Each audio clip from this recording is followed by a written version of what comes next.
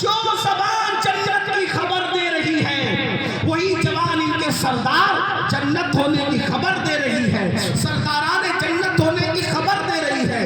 لیکن آپ سے پوچھتا ہوں، اللہ اکبر، بچپنے میں جن کو جنتی جوانوں کا سردار بنایا گیا ان کو محنت کی کیا ضرورت تھی؟ ان کو عبادتوں میں کثرت کی کیا ضرورت تھی؟ اللہ اکبر، ان کو صدقہ اور خیرات کی کیا ضرورت تھی؟ لیکن آپ دیکھیں لمحہ بھر بھی امام حسین کا زندگی کا ایک پل بھی کبھی دین کے مخالفت میں نہیں گزر رہا ہے، کبھی سستی اور غفلت میں نہیں گزر رہا ہے، بلکہ اللہ اکبر ہر لمحہ عبادت، ہر لمحہ عبادت، ہر لمحہ اللہ کو راضی کرنے کی کوشش۔ اللہ اکبر، یہاں تک کہ اللہ اکبر زندگی کی جو آخری شب تھی اس نے بھی یزیدیوں سے مہلت مانگی، آج کی رات دے دو تاکہ ہم کثرت سے قرآن مقدس کی تلاوت کر سکیں، ہم اللہ کی بارگاہ میں سجود نیاز لٹا سکیں۔ میرے آقا علیہ السلام کے پیارے دیوانوں، ہمیں امام حسین کے نام پر کپڑوں کے کلر کا نظر آتے ہیں، ہمیں امام حسین کے نام پر وہ سچا عشق کرنے کا انداز کیوں نظر نہیں آتا؟ آج کے بڑی معذرت کے ساتھ آج ہماری جنت کا کوئی ٹھکانہ نہیں، آج ہماری جنت کی کوئی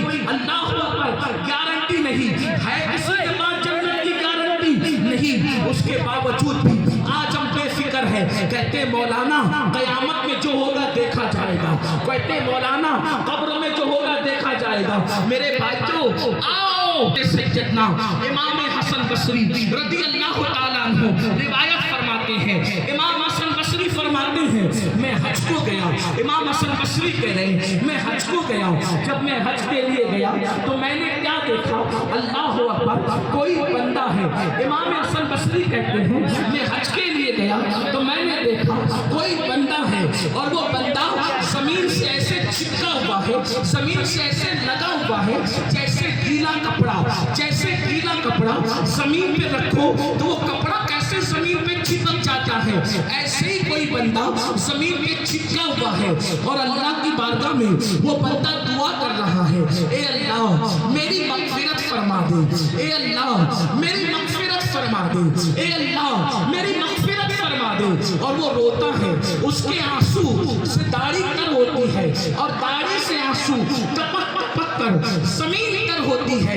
میں تڑپ گیا، یا اللہ یہ کوئی دیہاتی تو نہیں، یا اللہ یہ کوئی دیہات کا رہنے والا تو نہیں، شاید اس دیہاتی کو کسی وائز نے، کسی کم پڑھے لکھے مقرر نے زیادہ اللہ کا خوف دلا دیا، اس لیے کہ اللہ سے خوف بھی، اللہ کا خوف بھی ہونا چاہیے اور اللہ سے امید بھی رکھنا چاہیے۔ ایمان امید اور خوف کی درمیانی کیفیت کا نام ہے، جو خوف رکھ کر نا امید ہو جائے یہ بھی مومن کی شان نہیں، اور جو امید اتنی کر لے کہ بے خوف ہو جائے یہ بھی مومن کی شان نہیں۔ ایمان امید اور خوف کے بیچ کی درمیانی کیفیت کا نام ہے۔ تو حضرت امام حسن بصری فرماتے ہیں اس رونے والے، اس آہو بکا کرنے والے شخص کے حوالے سے میں نے سوچا شاید کسی کم پڑھے لکھے قصہ کو وائز نے اتنا ڈرا دیا اس دیہاتی کو کہ یہ بیچارہ رو رو کر جان نہ دے دے، لیکن جب لباس دیکھا، لباس پہ توجہ دی، امام حسن بصری کہتے ہیں جب میں نے لباس پہ توجہ دی تو اس وقت تو میں نے سوچا یہ لباس تو شہزادوں کا لباس ہے، یہ کسی دیہاتی کا لباس نہیں۔ اس کے بعد سجدے کے انداز نے بتایا یہ کسی دیہاتی کے سجدہ کرنے کا انداز نہیں۔ ایسے میں اللہ سے دعا کرنے لگا، اے اللہ اس بندے کو توفیق دے کہ یہ جلدی سر کو سجدے سے اٹھائے، کہیں اس کی روح نہ نکل جائے، کہیں اس کی جان نہ نکل جائے، یہ مغفرت کے لیے رو رہا ہے، یہ اللہ کے خوف سے رو رہا ہے، یہ اللہ کے عذاب کو یاد کر کے رو رہا ہے، یہ خشیت ربانی سے آنسو بہا رہا ہے، اس کی جان نہ نکل جائے خوف خدا میں۔ میں نے دعا کیا مولا اس کو توفیق دے کہ یہ سر سجدے سے اٹھائے تاکہ میں اس کو سمجھاؤں اللہ کے بندے اتنا نہیں روتے، اللہ سے امید بھی رکھتے ہیں۔ امام حسن بصری فرماتے ہیں لیکن جب اس شہزادے والا تبار نے سجدے سے سر کو اٹھایا، جب سر سجدے سے اٹھایا تو میں اس کی کیا اصلاح کرتا، میں اس کو کیا سمجھاتا؟ میری اصلاح ہو گئی کہ وہ زمین سے چمٹ کر اللہ کے خوف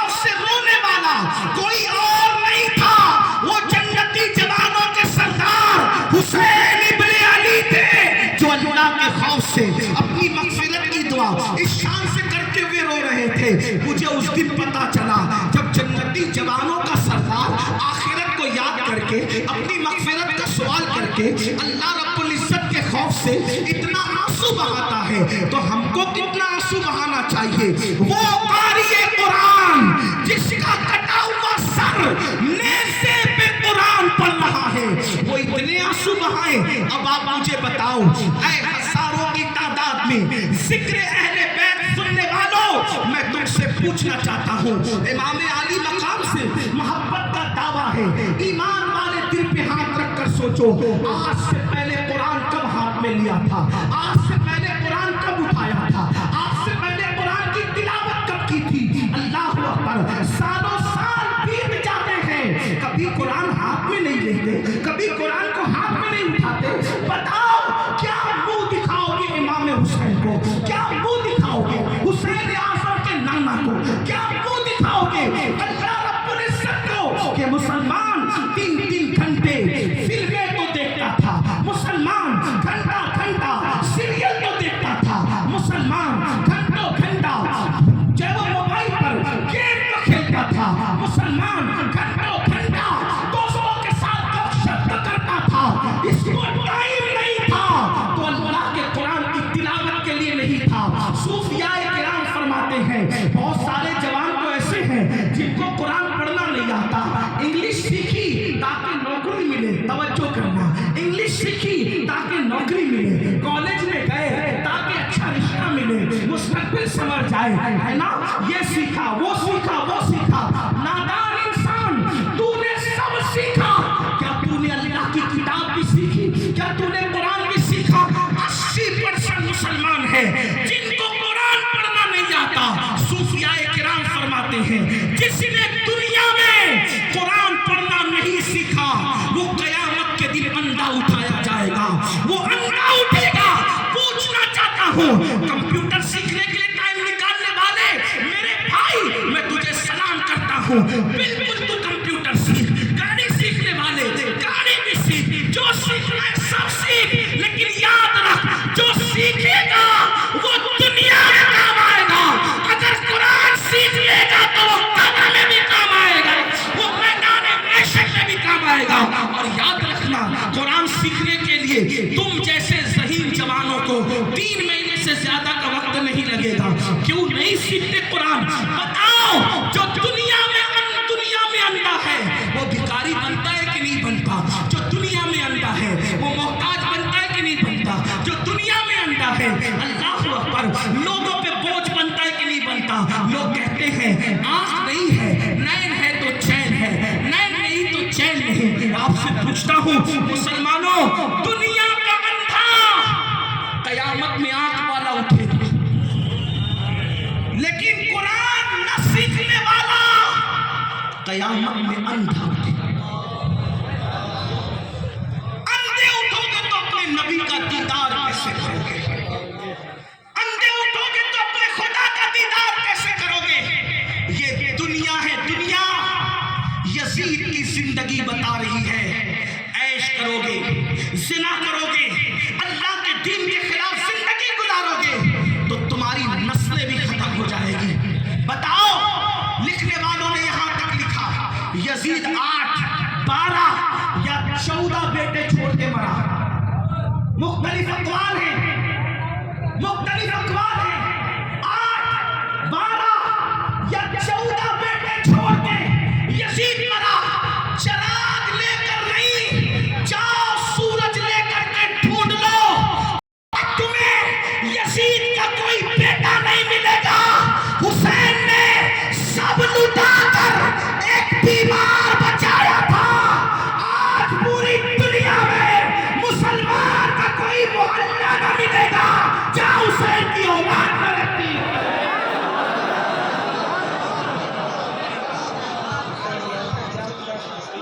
یزید بادشاہ تھا, اس کے نام پہ کوئی محفل نہیں سجتی. امام حسین تو بے گھر تھے, امام حسین تو بے گھر تھے. امام کے نام پر کیسی محفلیں سج رہی ہیں, کیسی محفلیں سج رہی ہے. ارے کسی کا عرس ایک دن ہوتا ہے,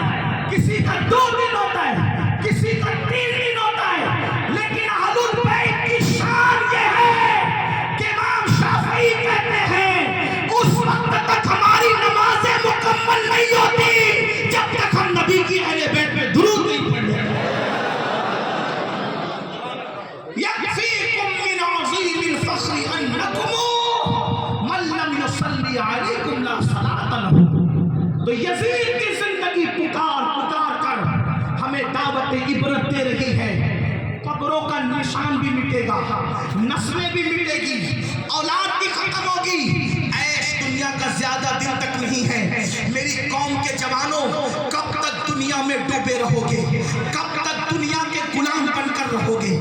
کب تک دنیا میں ڈوب کر رہو گے؟ یہ دنیا بدترین ہے، یہ دنیا بے وفا ہے۔ اس دنیا نے کسی کے ساتھ وفا نہیں کیا میرے بھائی، جو اپنے ساتھ وفا کرے۔ یہ مال جس کے لیے نہ رات دیکھتے ہو، نہ دن دیکھتے ہو، نہ صبح دیکھتے ہو، نہ شام دیکھتے ہو، نہ سردی دیکھتے ہو، نہ گرمی دیکھتے ہو، کچھ نہیں دیکھتے، اس مال کے لیے رات دن محنت کرتے ہو۔ جس دن روح کا رشتہ جسم سے ٹوٹ جائے گا، یہ مال یہی چھوڑ کر جاؤ گے۔ بتاؤ لے جاؤ گے یہ مال؟ قرآن کہتا ہے لا تنس نصیبک من الدنیا، دنیا سے اپنے نصیب کا مت بھولو۔ میرے بھائیو، سوائے کفن کے اپنے ساتھ کچھ نہیں لے کر کے جاؤ گے۔ بتاؤ جب کفن کے سوا کچھ لے کر جانا نہیں ہے، اللہ اکبر، کفن کے سوا کچھ لے کر جانا نہیں ہے، تو اب آپ مجھے بتائیے پھر یہ کیسے کہہ دیتے ہو کہ مولانا نماز کا ٹائم نہیں ہے، مولانا داڑھی رکھوں گا تو کیسا لگوں گا؟ بتاؤ بڑی معذرت کے ساتھ جملے سخت لگے تو معاف کرنا، کس کے ساتھ منافقت کر رہے ہو؟ کس کے ساتھ مکاری کر رہے ہو؟ کیا کہتے ہو؟ داڑھی رکھوں گا تو کیسا لگوں گا؟ میں کہتا ہوں جب عقیدہ یہ ہے کہ نبی سے بڑا خوبصورت نہ کوئی پیدا ہوا نہ ہو سکتا ہے، تو اب بتاؤ آپ یہ کیوں کہتے ہو کہ داڑھی رکھوں گا تو کیسا لگوں گا، جب آپ کو پتا ہے کہ سب سے خوبصورت رسول اللہ کی ذات ہے؟ تو ان کے چہرے پہ داڑھی تھی کہ نہیں تھی؟ تو داڑھی رکھنے والا اگر برا لگتا تو اللہ کبھی بھی محبوب کے چہرے پہ داڑھی نہ بھیجتا۔ پتا چلا داڑھی رکھنے والا برا نہیں لگتا ہے، بلکہ داڑھی نہ رکھنے والا جو یہود نصارہ اور مشرکین کی شکل بناتا ہے وہ برا لگتا ہے۔ ورنہ میرے نبی کے چہرے پہ داڑھی تھی۔ بیان کرنے والوں نے حلیہ یوں بیان کیا ہے، میرے نبی کے چہرے پر خوبصورت کالی کالی سیاہ داڑھی اور وہ چمکتا ہوا چہرہ ایسے لگتا تھا جیسے آبنوشی رحل پر کسی نے سونے یا چاندی کا قرآن رکھ لیا ہو، ایسا خوبصورت لگتا تھا۔ اللہ اکبر، میرے امام اس کا نقشہ یوں کھینچتے ہیں، لگا بدرن فی الوجہ الاجمل، لگا بدرن فی الوجہ الاجمل، خط حال ماں زلف عبر اجل، تو نے چندن چندر و پرا کنڈل رحمت کی بھرن برسا۔ کتنا خوبصورت چہرہ تھا، کہتے لم یاتی نظیروں کا فی نظرین، مثلے تو نہ شد پیدا جانا، جگ راج کو تاج تورے سر سوہے ہے تجھ کو شہے دو سرا جانا۔ اور کہتے نبی کا سراپا کیسا تھا؟ وہ کہتے سرتابہ قدم ہے تنے سلطان زمن پھول، لب پھول دہن پھول سکن پھول بدن پھول، واللہ جو مل جائے میرے دل کا پسینہ، مانگے نہ کبھی عطر نہ پھر چاہے دلہن پھول۔ اور کہتے دل اپنا بھی شیدائی ہے اس ناخن پاکا، اتنا بھی مہے نو پہ نئے چرخے کوہن پھول۔ اللہ اکبر، اے میرے نوجوان بھائیوں، اب میری بہنیں موجود ہیں، ان سے بھی کہتا ہوں خدا کے لیے دنیا کے دورت دھندوں سے نکلو، خدا کے لیے یہ دنیا مکار ہے، یہ دنیا فریبی ہے۔ امام کہتے ہیں شہد دکھائے زیر پلائے قاتل ڈائی، شوہر کش اس مردار پہ کیا نلچایا، دنیا دیکھی بھالی ہے جس دن روح کا رشتہ جسم سے ٹوٹ جائے گا، نہ مال اپنا ہوگا، نہ دکان اپنی ہوگی، نہ مکان اپنا ہوگا۔ یاد رکھنا مسلمانوں، جس نام کے لیے لڑتے ہو، میرا نام میرا نام میرا نام، کسی مفکر نے کہا تھا کہ مرنے کے بعد سب سے پہلے اگر کوئی چیز چھینی جاتی ہے تو اسے نام ہی کہتے ہیں۔ اے نام کے لیے لڑنے والوں، میرا نام نہیں لیا، میرے نام کا ذکر نہیں کیا، میرا نام نہیں آیا۔ ارے عبادتیں بھی نام کے لیے کرنے والوں، کام بھی نام کے لیے کرنے والوں، سنو، مرو گے سب سے پہلے نام چھینا جائے گا۔ لوگ امین القادری کے مرنے کے بعد یہ نہیں کہیں گے امین القادری کو اٹھاؤ، امین القادری کو لٹاؤ، امین القادری کو اٹھاؤ۔ کیا کہتے ہیں لوگ؟ میت کو اٹھاؤ، میت کو لٹاؤ، میت کو غسل دو، میت کو اٹھاؤ۔ اندازہ کریں اے انسان، تو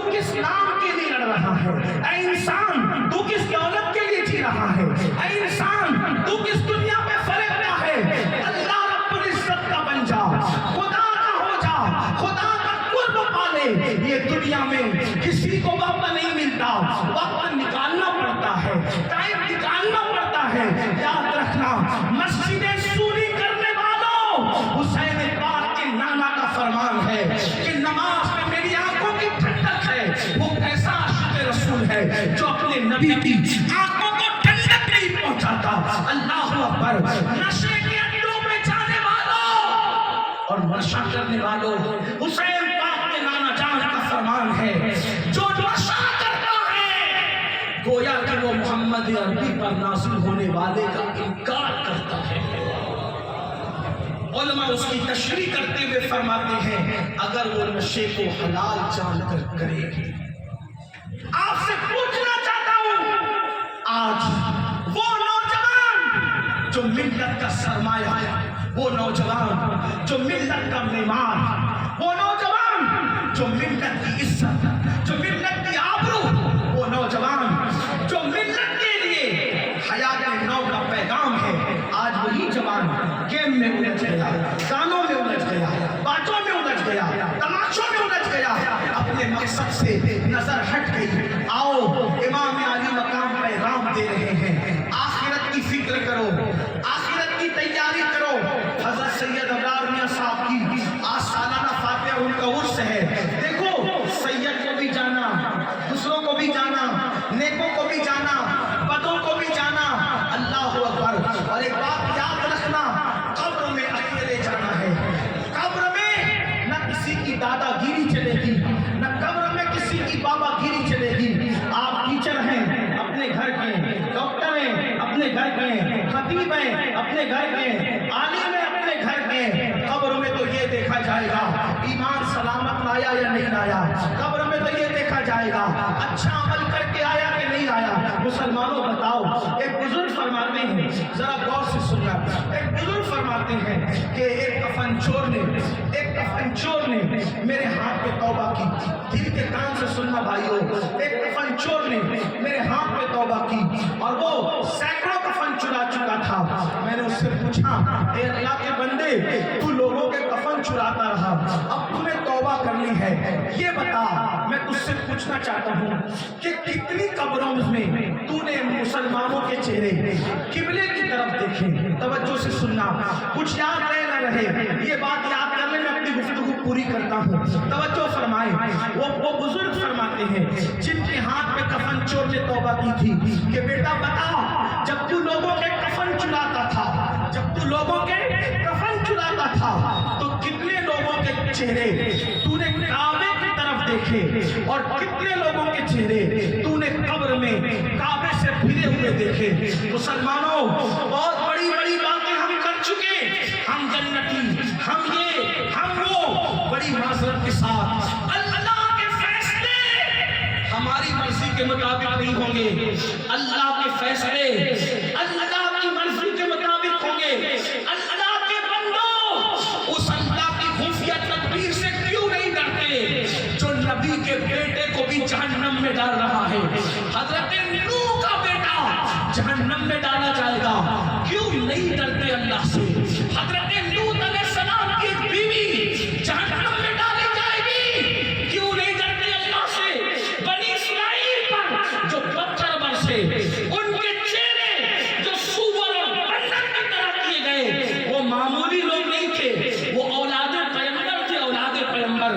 قرآن پڑھ کے کیوں نہیں ڈرتے اللہ سے؟ جب اللہ نبی کی اولادوں کے منہ جرائم کی وجہ سے راتوں رات سور اور بندر کی طرح کر سکتا ہے تو اپنی کیا اوقات ہے؟ شراب پینے والوں، نشے کی دوائیں ہاتھ میں لینے سے پہلے تمہارے ہاتھ کیوں نہیں کانپتے؟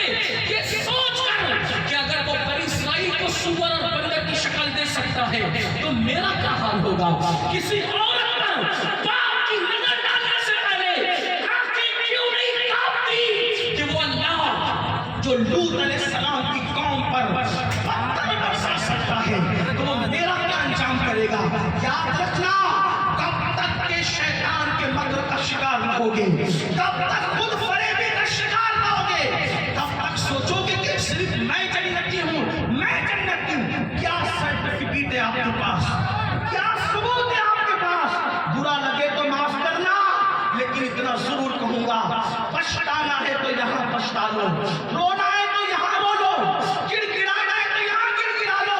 تمہیں نہیں پتا وہ ام المومنین سیدہ عائشہ صدیقہ جس کے بستر پہ قرآن نازل ہوتا ہے وہ اللہ کے خوف سے روتی ہے تو دوپٹہ بھی چھوڑنا پڑتا ہے.